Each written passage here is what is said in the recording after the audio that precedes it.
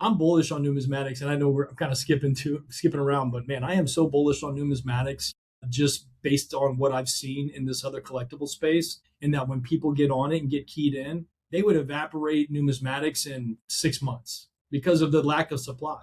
That's how rare coins really are, based on the stuff that I'm seeing these guys buy now. Yeah.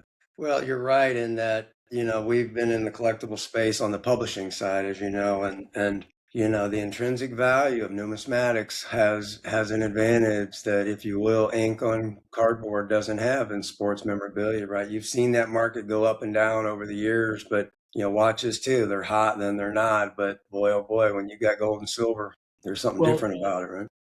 and that's it's a great point, and that's when we're doing our education on numismatics, it's really more about what's manufactured rarity and what's really rare, right? So like a sport card can be manufactured a one of one or one of 10 or one of 20 or whatever that number is. It can be manufactured that way, but coins were manufactured by the mint. There was mint records, there's trade history, there's population reports furnished by PCGS and NGC and other grading companies.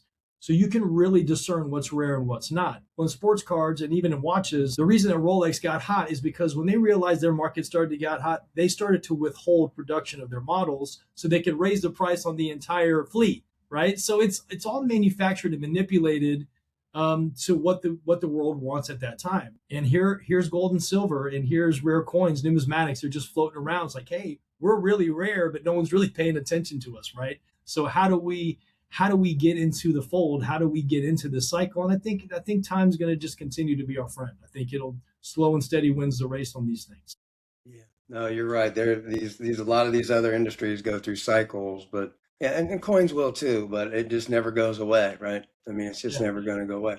And but so, the brick and mortar store, if you will, a lot of people are moving away from that and then what I'll call the new economy. It's been around for 10 or 15, 20 years now, but were there lessons learned and maybe cutting your teeth in that space that have helped you today, or do you? I would assume you still have good traffic at the store too. It's not completely online. yeah, the best thing I ever did, and the reason why we actually started a podcast to talk about the best things that we did to really build this business was marketing and advertising. Yeah. And I can think back. I was thinking about some of these answers last night, and I was thinking about the first time I hired a social marketing company and a Google SEM and SEO ad agency. I remember they're looking at their quote that they sent me, and I think it was like $4,500 a month, and I just couldn't imagine that I was about to commit to a 6 month relationship with a company you're really just betting on the come, right? But with betting on the come, you can be strategic about it.